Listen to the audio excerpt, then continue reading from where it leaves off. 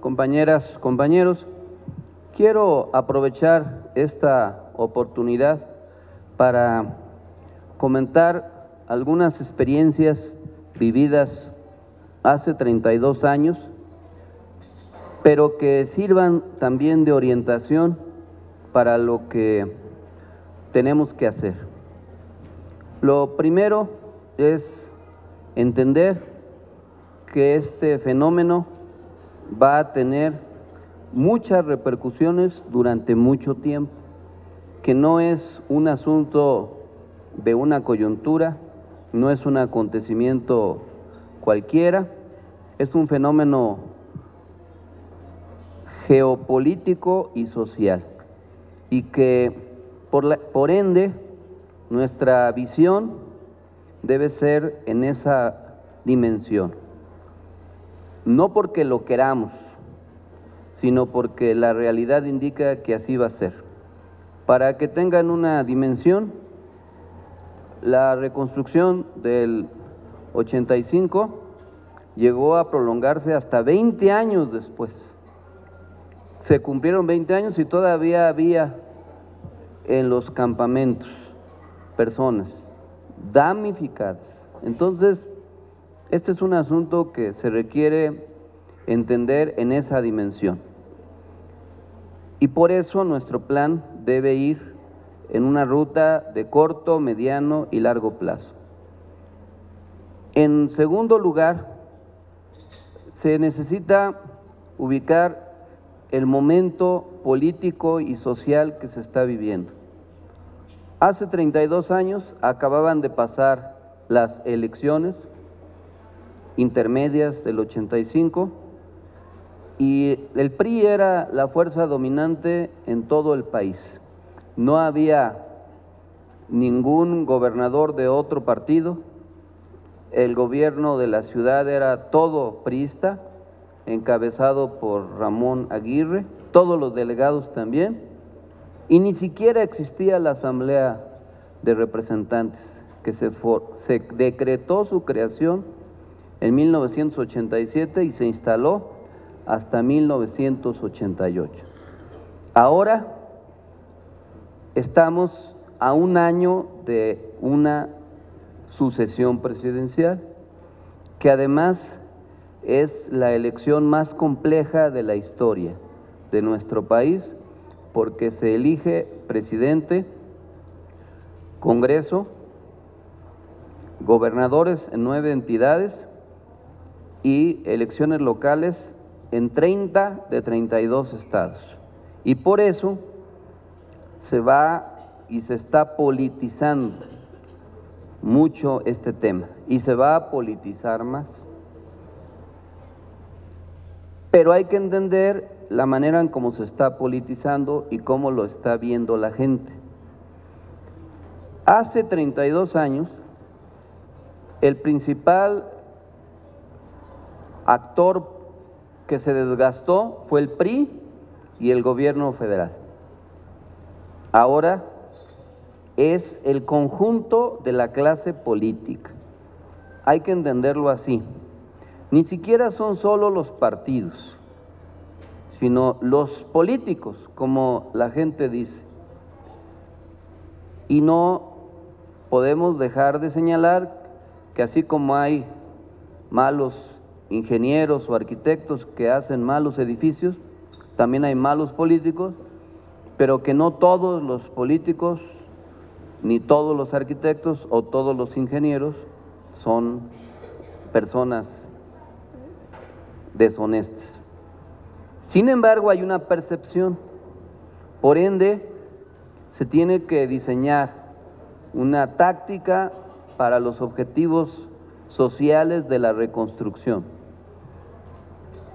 Hace 32 años, Dolores y yo militábamos en un partido que ni registro tenía, que se llamaba Partido de la Revolución Socialista. Y claro está que cuando nos sorprendió el sismo allí en la calle del Carmen 41, en el centro, pues no invitamos a los vecinos a que se sumaran a la revolución socialista, ¿no? no fuimos a tocarles la puerta y decirles, oigan, somos del PRS, del Partido de la Revolución Socialista, y venimos a invitarlos a que se sumen a la revolución. Pues obviamente eso no hubiera tenido ningún resultado, o hasta hubiera sido contraproducente. ¿Qué hicimos? Pues nos identificamos con la gente, generamos una identidad. Como no había tantas organizaciones como ahora, lo que formamos fue una unión de vecinos de la colonia Centro. Su logotipo era una mano, un puño con un dedo estilizado en forma de paloma, con una cuchara de albañil y con una barda semiconstruida y las letras Unión, una O unida con otra. Ese fue el logotipo de la Unión de Vecinos de la Colonia Centro. Y fuimos a buscar a los vecinos. Y ahí buscamos la manera de ayudarles. Y no hicimos distinción entre los damnificados del sismo y los damnificados de siempre. No, porque el gobierno va a distanciar una cosa de otra. Para nosotros todos eran damnificados. No importa que no se les hubiera caído la casa, porque muchos no se les podía caer porque no tenían casa y nunca habían tenido. Y entonces nosotros abrimos el abanico para captar todas las demandas de la gente, hayan sido o no damnificados. Y eso implicó invitar a organizarlos. ¿Y cómo fue la organización? Pues por predio, por inmueble, por vecindad. Fue la manera natural en que la gente se organizaba. Por ejemplo, en la calle del Carmen, pues se organizaron los del Carmen 35, los del 41, los del 43, los del 51, ahí conocí a Agustín Torres, los del 55, los del 57, los del 59, los del 67, los del 75, en una calle nada más. Y eso implicó pues ir a visitar a cada inmueble y convocar a que se organizaran, a que se unieran, a que se sumaran, se incorporaran a este esfuerzo. Y hubo resistencia porque había intereses políticos, porque esa zona era controlada por el PRI, era un feudo del Sindicato Único de Trabajadores del Gobierno del Distrito Federal. Los diputados que ahí se elegían, todos eran priistas, siempre se lo transferían el cargo y nos enfrentamos al PRI. Acá, pues evidentemente hay otra realidad ahora, y en la Benito Juárez hay otros actores políticos, y esos actores políticos pues tienen una militancia política y están en el gobierno, y ellos van a tratar de que el asunto no trascienda, no prospere, no se resuelva. Y eso implica entonces disolver las estructuras de organización, que no haya organización e individualizar la atención. Les voy a poner un ejemplo de cómo no debió haberse hecho. Hubo una tragedia en el edificio Superleche. Quizás muchos de los de aquí les hable yo de cosas que no conocen porque son muy jóvenes, pero los que ya llevamos tiempo recordamos que ese edificio estaba ubicado en el eje central, esquina con Victoria. Se hizo famoso porque había un café, una cafetería ahí, se vino el edificio abajo y cayó encima de la cafetería, y como había una instalación de gas, pues se encendió y murió mucha gente, y fueron como 7 u 8 personas las que sobrevivieron, únicamente, que además se habían salido más temprano, porque si no, no lo hubieran podido hacer. ¿Y qué hizo el gobierno de Enrique Jackson, que era el delegado? El gobierno de Enrique Jackson los convenció de que se fueran de ahí y se fueran y les dieron cara una vivienda en Cuautitlán Izcalli y los disolvió. Luego expropiaron el inmueble, el gobierno se lo quedó, ahí fue sede de la CEDUBI, la primera del gobierno del DF, y ahora es una plaza comercial. Y los damnificados del Superleche, bien, quién sabe qué fue de ellos, porque los dividieron. Los comprendí porque estaban en estado de shock, estaban totalmente lastimados, eran sobrevivientes, en algunos casos el único sobreviviente de toda una familia. Pero ¿qué fue lo que resolvió avanzar en otros casos? Pues la organización por predio. ¿Qué sugerimos ahora? Pues que se organicen a la gente por predio, por unidad habitacional, por casa, por manzana o si fuera por colonia. Pongo el ejemplo, allí en mi colonia, en la Niños Héroes, se derrumbó un edificio, el de Galicia y Niños Héroes, y ya se demolió, ya está incluso baldío el terreno. ¿Y qué va a pasar? ¿Qué va a pasar con esos vecinos? Pues hay que buscarlos y organizarlos y presentarles alternativas. Por ejemplo, ¿qué debiera hacerse ahí? Como en toda la ciudad, que se expida un decreto expropiatorio del gobierno de la ciudad para hacer un programa de reconstrucción en los predios en donde hay daños, hay derrumbes o se requiere una intervención. Si se expropia el predio de Galicia y Niños Héroes, el INVI puede ahí construir viviendas. ¿Y a quién se las va a dar? Pues a los que vivían ahí. Porque si no, ¿qué va a pasar? ¿De quién es ese terreno? Pues de todos los que vivían y de nadie.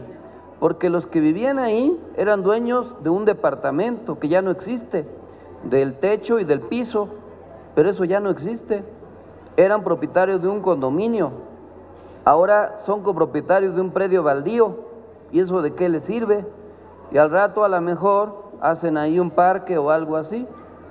Pero si se organizan, se puede construir ahí vivienda. Y resalto una cosa, no todo lo que hacen los gobiernos es malo. No hay que yo conozca, y ya se hubiera dado a conocer, un predio construido por el INVI que se haya caído o que esté dañado. No hay ni uno. La mayoría, o casi, que se lastimaron o se cayeron o eran viejos, propiedades ya antiguas, o nuevos, caros, construidos con materiales de mala calidad. Entonces, hay que generar alternativas. Ahora, ¿va a ser sencillo? No. El decreto expropiatorio del 85 fue producto de una lucha. El gobierno no quería, se quería desentender. ¿Qué hay que hacer? Organizarse para hacer reivindicaciones. ¿Qué quieren hacer desde el gobierno? Darles una tarjeta como de beneficio económico, una mensualidad para paliar y luego con el tiempo quitárselas.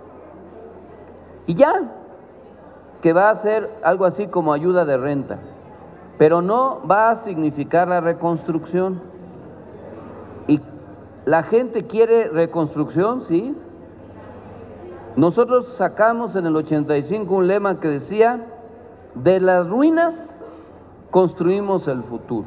Pues ahora es lo mismo. Hay que impulsar la reconstrucción, pero la reconstrucción no es solo de las viviendas, sino de la vida de la gente. Y entonces hay que incluir otras demandas. No es únicamente la vivienda. Cuando hicimos las organizaciones derivadas de los sismos, hubo gente a la que le conseguimos trabajo. Otros, nada más lo que necesitaban era un apuntalamiento. Se dio asesoría psicológica. Se impulsaron programas de abasto. Se remozaron algunos inmuebles. Se ayudó a mucha gente de muchas maneras. Incluso recuerdo una vez que Jackson me metió ahí en lo que era la parte de abajo de la delegación. Era el estacionamiento, pero que entonces era una instalación como de justicia cívica, una cárcel, unos separos. Nos metieron ahí porque fuimos a defender a unas sexoservidoras que trabajaban ahí en la Plaza de Loreto, señoras ya muy grandes, pero que no los querían atender. Era una discriminación porque eran sexoservidoras. Pues claro que tomamos el inmueble de la delegación y como pues éramos bastantes, se rompieron algunas cosas y nos metieron ahí a la cárcel. ¿Pero qué nos sacó? La gente, la organización. No digo que se hagan cosas violentas, pero si no hay organización, no van a atender a la gente. Los van a ir cansando, a que se decepcionen, a que se entristezcan más, se depriman y no haya respuestas a sus peticiones. Tenemos que ver la parte jurídica. Muchos inmuebles son inmuebles que fueron construidos por inmobiliarias privadas. Y claro que ganarle a las inmobiliarias aislados es muy complicado, pero organizados sí. Y las inmobiliarias tienen un punto vulnerable, que tienen muchas construcciones. Entonces, si la inmobiliaria X es señalada y acusada de construir mal, van a tener que atender. Por ejemplo, nosotros denunciamos a la inmobiliaria Lomelí, me acuerdo de ese nombre, que era dueña de muchos inmuebles. Y claro que como se fue desprestigiando esa inmobiliaria, nos terminaron vendiendo los predios que ellos administraban. Y ahí fue otra tarea. Se consiguió ayuda internacional a través de organismos no gubernamentales. El 85 creó varias estructuras de ayuda solidaria. Por ejemplo, la Iglesia Católica aprobó la creación de la Fundación de Ayuda a la Comunidad, que dirigía el padre Enrique González Torres, jesuita, que luego fue rector de la Universidad Iberoamericana, muy amigo del ya difunto Ernesto Corripio Ahumada, que era entonces el cardenal, si no mal recuerdo, de México. Y se ayudó a mucha gente. La fundación compró los inmuebles y se los regaló. Por ejemplo, Rodríguez Puebla 25, Venezuela 91 y 93, donde vivía Miguel Ángel Pacheco Mares, Marilú Solano, Denise Pacheco, que algunos conocen. Esa la compró la FAC y se los regaló. Los protestantes crearon el Comité Ecuménico de Ayuda a Damnificados. Estaban en la Sociedad Bíblica de México, en Liverpool 65, y había metodistas, presbiterianos, pentecostales, etc.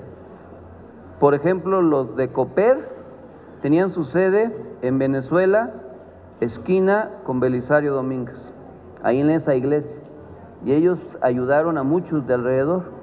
Otros, los metodistas, estaban en Tepito, y así se solicitó ayuda de la Organización de Iglesias Evangélicas Suizas, de una agencia holandesa que se llamaba Novid. Bueno, entonces, ¿qué se sugiere? Pues pedir ayuda nacional e internacional a través de las organizaciones ciudadanas. ¿Qué requisito ponían? Que hubiera una asociación civil. Pues entonces, a lo mejor se pueden crear asociaciones civiles por predio para gestionar ayuda internacional que sirva para la reconstrucción y que les llegue directamente, no a través de ningún intermediario. Se necesita para todo esto, pues, un trabajo cotidiano, que no se pierda el entusiasmo.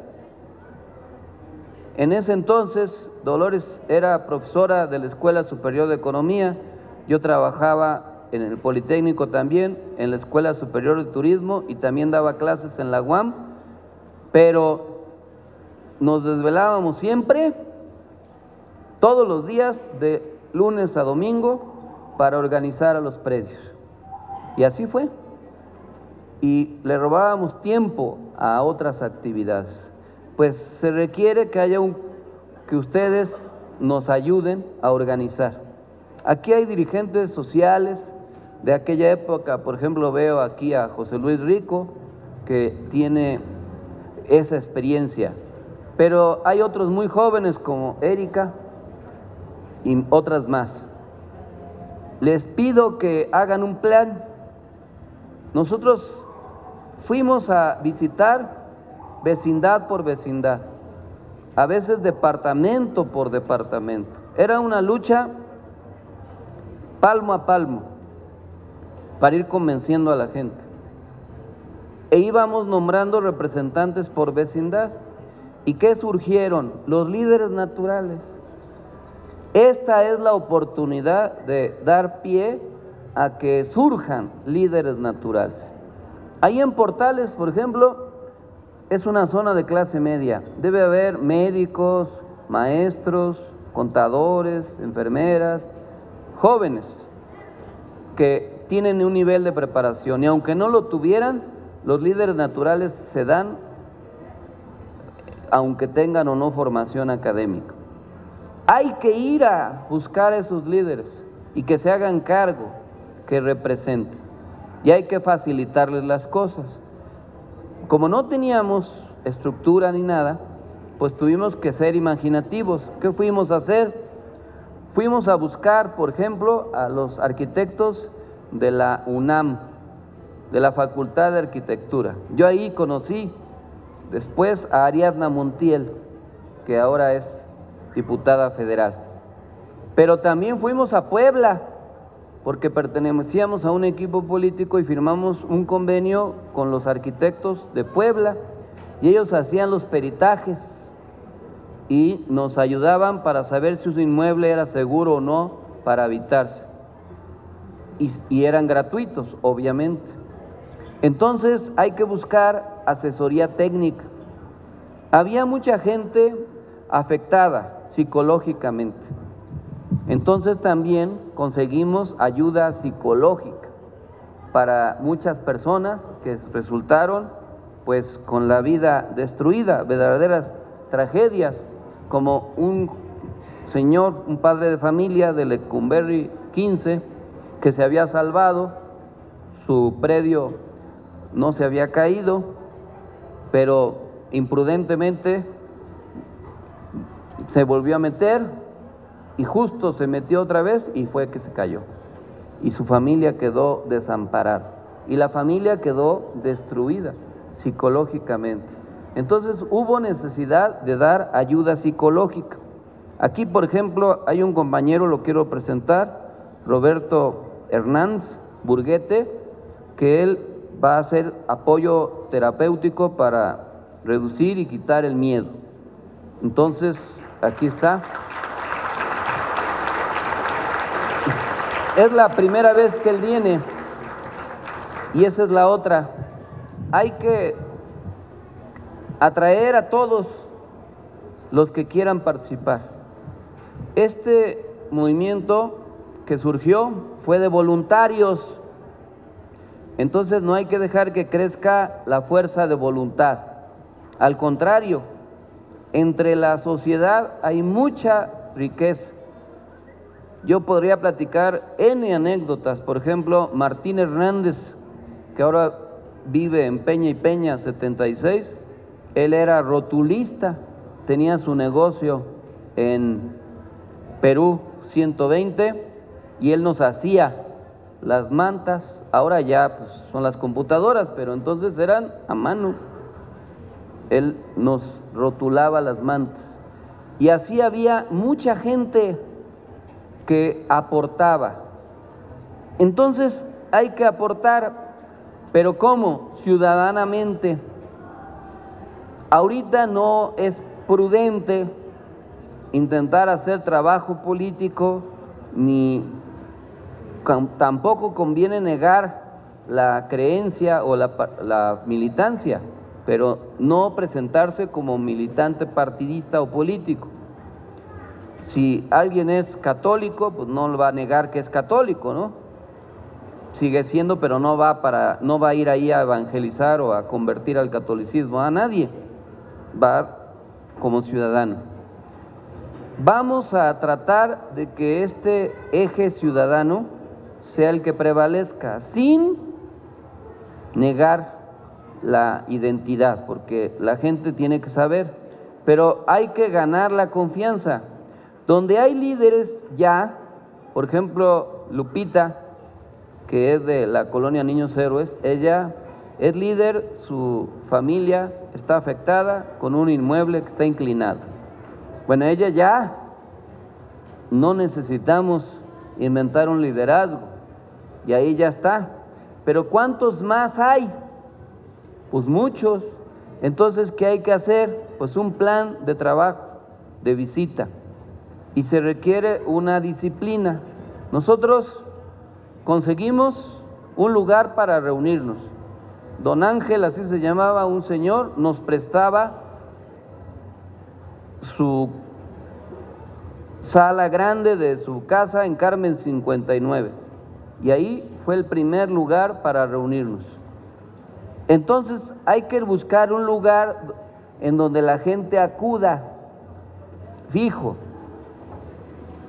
Nosotros todas las noches ahí nos reuníamos, informábamos y planificábamos lo siguiente, y la gente empezaba a ir, porque se corrió la voz que en Carmen 59 habíamos un grupo de jóvenes de entonces, yo tenía 28 años, y nos iban a buscar, a pedir ayuda.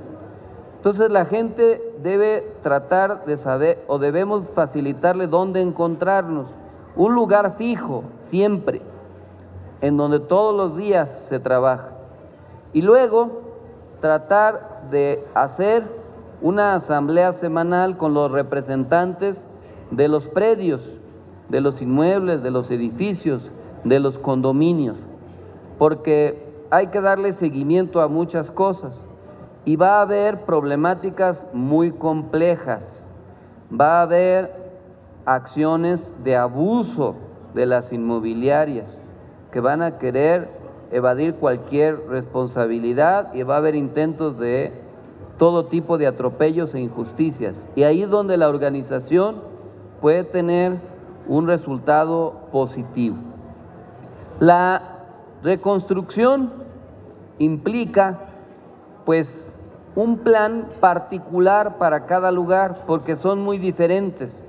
No va a ser lo mismo el inmueble que ya se cayó, que ya hasta quitaron el cascajo, que un inmueble que no se sabe si se va a caer o si se puede rehabilitar, y cada lugar va a ser diferente.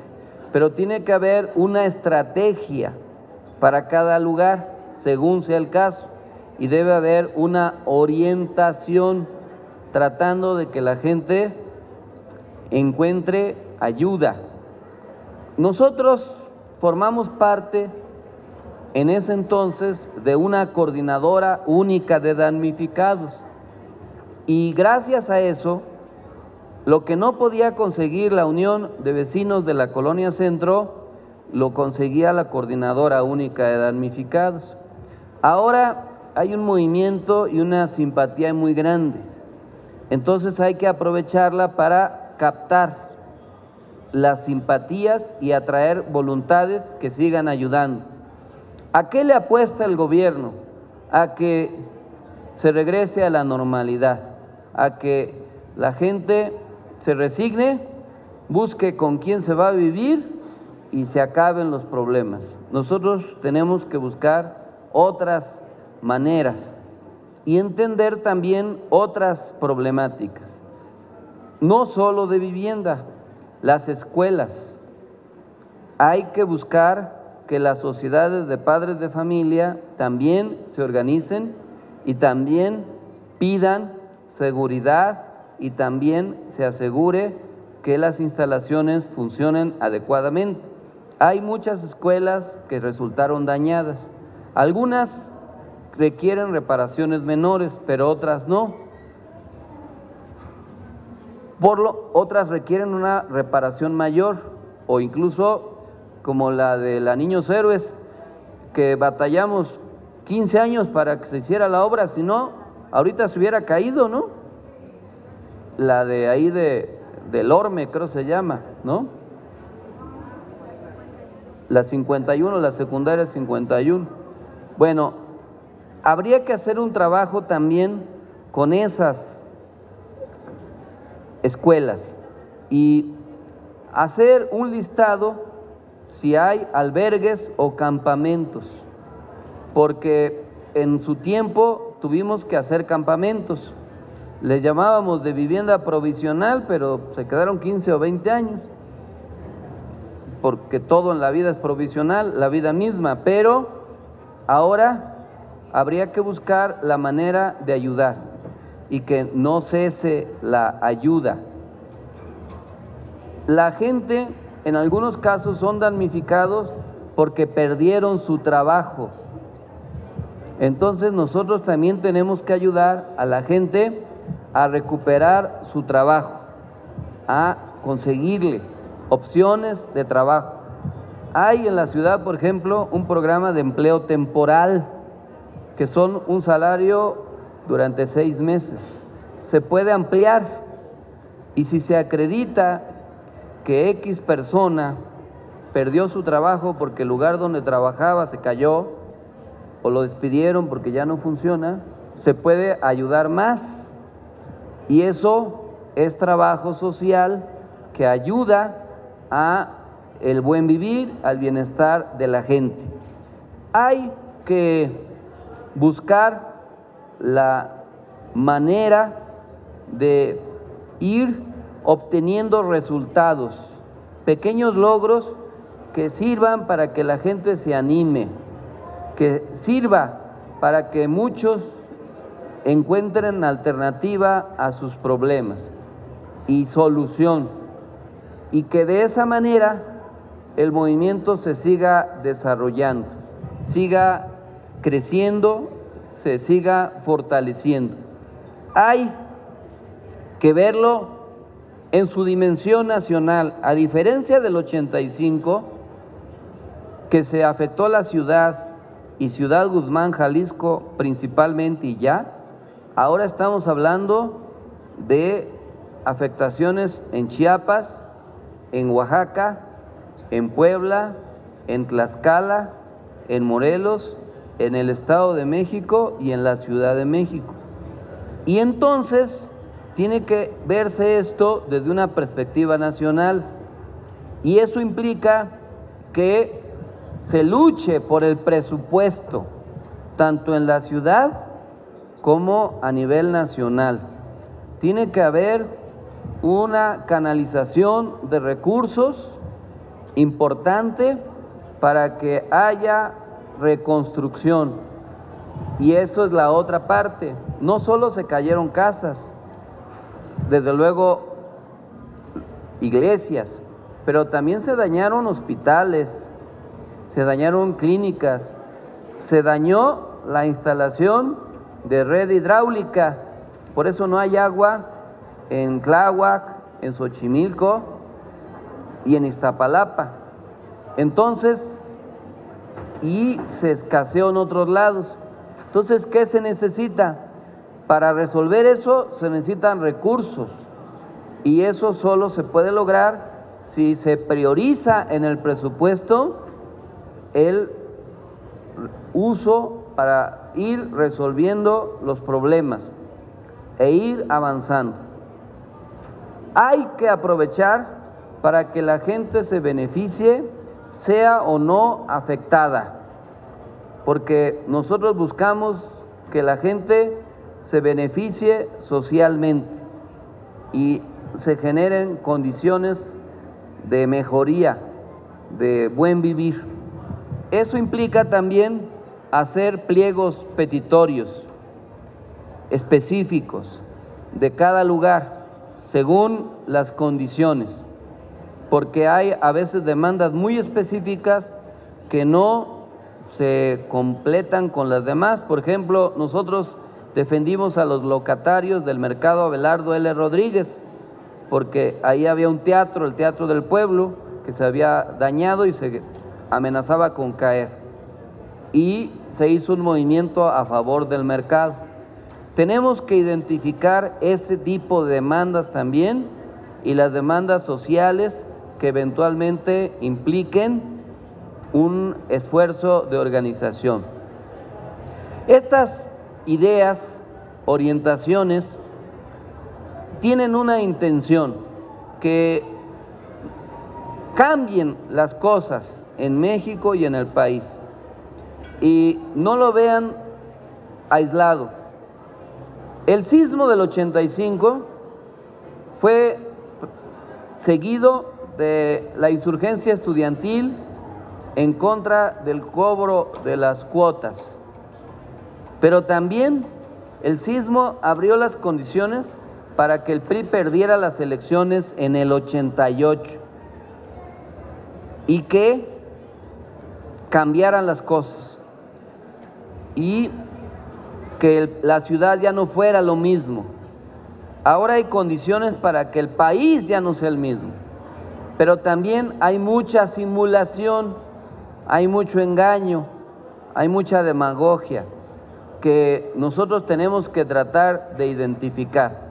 Por ejemplo, los del Frente Ciudadano, del PAN, del Movimiento Ciudadano y del PRD dicen que se va a reformar la ley para que ya no haya financiamiento público a los partidos.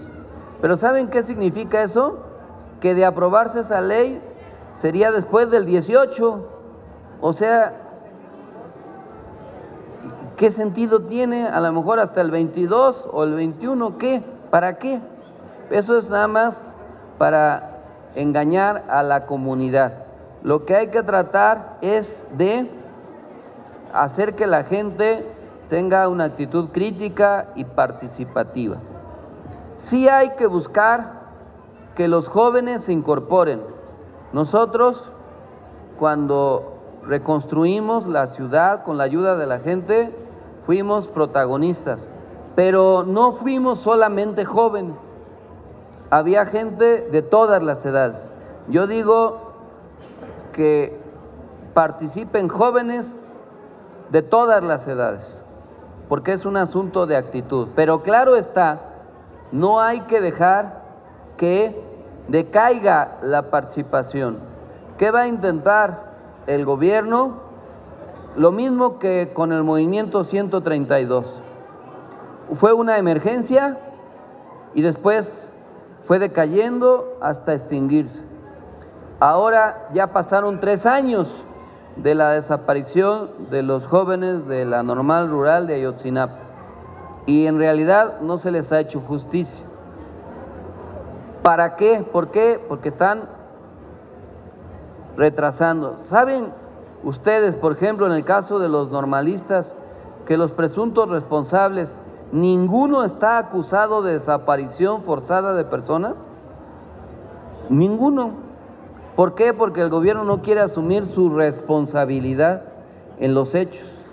Porque si se acusa de desaparición forzada se está acusando a integrantes de un gobierno y lo que le apuestan es a que pase el tiempo. ¿Y qué quieren con los jóvenes, estos que nos conmovieron en días pasados y nos siguen conmoviendo? Pues que ya se olviden y que pierdan la iniciativa.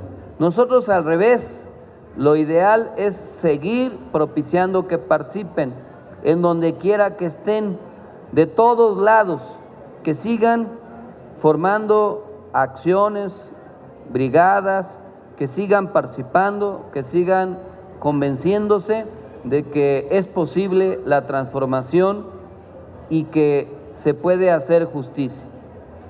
Por eso les pedimos aquí en Benito Juárez, porque es una de las delegaciones más afectadas. En el 85, las delegaciones más afectadas fueron la Cuauhtémoc, la Venustiano Carranza, parte muy pequeña de la Benito Juárez y principalmente, pero ahora es más amplia la gama y es un espectro que tiene que cubrirse a nivel de la ciudad capital y se tiene que hacer que la gente se convenza y participe y exijan justicia y responsabilidades. Y eso implica también un trabajo en las redes sociales. En el 85 no había redes sociales, que hubiéramos querido que hubiera redes sociales. Ahora hay redes sociales, pero también hay campañas de desinformación en los medios de comunicación. Sobre todo las televisoras quedaron muy mal por el asunto del colegio Rebsamen. Pero eso no quiere decir que no se haga un trabajo de difusión, de comunicación social. No ha llegado el momento de convocar a manifestaciones, a mítines o a marchas, pero sí a convocar a que la gente se reúna, a que los vecinos de tal o cual lugar se congreguen y empiecen a ver de qué manera pueden ayudarse y les podemos ayudar a resolver sus inquietudes, sus problemas, sus dificultades. Estas ideas son producto de una experiencia, de un trabajo que dio frutos hace 32 años. Y esa izquierda social después tomó las riendas de la conducción política. De ahí surgieron muchos dirigentes políticos, funcionarios, representantes, porque tuvieron la capacidad de transformarse, transformando la vida de los demás. Ahorita hay esa coyuntura, hay las condiciones para que mucha gente emerja y haya un refresco, una renovación generacional, sin jubilar a nadie, pero que muchos protagonistas nuevos se apliquen, se esfuercen y que no se pierda esto y se convierta en una frustración, porque la gente al frustrarse va a deprimirse y puede incluso hasta atentar contra su vida. Hay que abrirle horizontes a la gente, posibilidades, explicarle que la adversidad a veces también da oportunidades, que las costureras del 85, pues sí, sufrieron las consecuencias, las sobrevivientes, pero que de ahí surgió el sindicato de costureras y a muchas se les cambió la vida. Ahora igual, hay una cultura de protección civil. Los daños son enormes, incluso me atrevería a decir que en muchos son superiores a los del 85.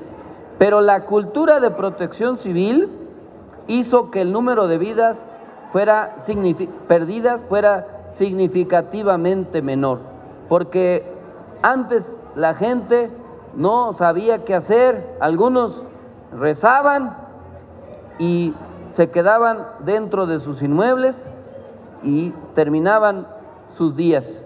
Ahora hay una cultura distinta que hay que reforzar, que hay que sobrepasarla y mejorarla, pero también hay que abrirle oportunidades a la gente, que vean que se abre un nuevo horizonte, que se entienda que la sociedad despertó y no hay que dejar que la vuelvan a dormir, que la vuelvan a letargar, que vuelva la rutina individualista, apática, sino que el espíritu comunitario que se generó prevalezca. Las sociedades se fortalecen a veces cuando superan su adversidad y nosotros debemos fortalecer a las comunidades teniendo una visión multiclasista, pluricultural, multiétnica, que combata todo tipo de discriminación y de violencia y de racismo. Pero hay un asunto fundamental. El sismo del 85 también derribó las 4 paredes que mantenían cautivas a muchas mujeres, que estaban encerradas, patriarcalmente dominadas y que no tenían oportunidad de saber de lo que eran capaces. Al caérsele la vivienda y ser el hogar, se dieron cuenta del poder que tenían. Y no exagero si digo que la mayor parte de la reconstrucción del 85 la hicieron las mujeres. Eso es algo que no se debe perder de vista. Y en esa ruta se debe entender que todavía hay muchas mujeres que son las que pasan el mayor tiempo en la casa. Sí hay mujeres que, igual que hombres, salen a trabajar y regresan en la tarde, en la noche, pero muchas están ahí y ellas pueden ser las principales interlocutoras. Y aquí, en esta reunión, pues qué bueno que por fortuna estamos rodeados de muchísimas mujeres, porque las mujeres le dan confianza a otras mujeres y pueden empoderarlas, darles posibilidad de que se hagan cargo de muchas responsabilidades, de muchas tareas, y que eso fortalezca su posibilidad y sus éxitos. Ya me extendí, yo podría hablar por horas porque es una experiencia que vivimos intensamente, pero también quiero decirles, por último, 2 reflexiones. En la vida social y política hay días, incluso me atrevería a decir horas, que cuentan por años, porque en esos días, en esas horas, suceden muchas cosas y lo que se haga o se deje de hacer determina el futuro de mucho tiempo. Ahorita se abrió una coyuntura, es el momento de generar un activismo grande, que hagamos un esfuerzo de trabajar muchas horas, de aprovechar la coyuntura, de no dejar que pase el tiempo, porque luego ya es más difícil de lograr. En esa ruta, en esa idea, les planteo que se entusiasmen y que vean la manera de generar un nuevo poder, que sean protagonistas y generen una mística. Éramos una pareja de jóvenes maestros, Dolores y yo, ni siquiera habíamos procreado a nuestras hijas. Y junto con otros como nosotros creamos un movimiento de decenas de miles que transformó a la ciudad y que permitió una transformación política también. Aquí hay muchos dirigentes. Vamos a entusiasmarnos. Es una causa noble, es una causa justa la que vamos a enarbolar. Es algo que requiere de nosotros, de los actores de esta ciudad. Y ahí es donde está el reto de los liderazgos, de los que tengan el temple, la determinación, la disciplina, el compromiso, la entrega, la capacidad para salir adelante con las metas que se propongan. Es el momento para transformar la delegación Benito Juárez, junto con la transformación del país. Que emerja una fuerza civil y ciudadana democrática, participativa, comunitaria, de hombres y mujeres valerosos y valiosos y valiosas que a partir de esa iniciativa logren transformar la mente y la conciencia de otras personas y que al mismo tiempo transformen su propia conciencia, su propia visión del mundo. No se trata solamente de conseguir tabiques o bultos de cemento o tinacos u otros bienes.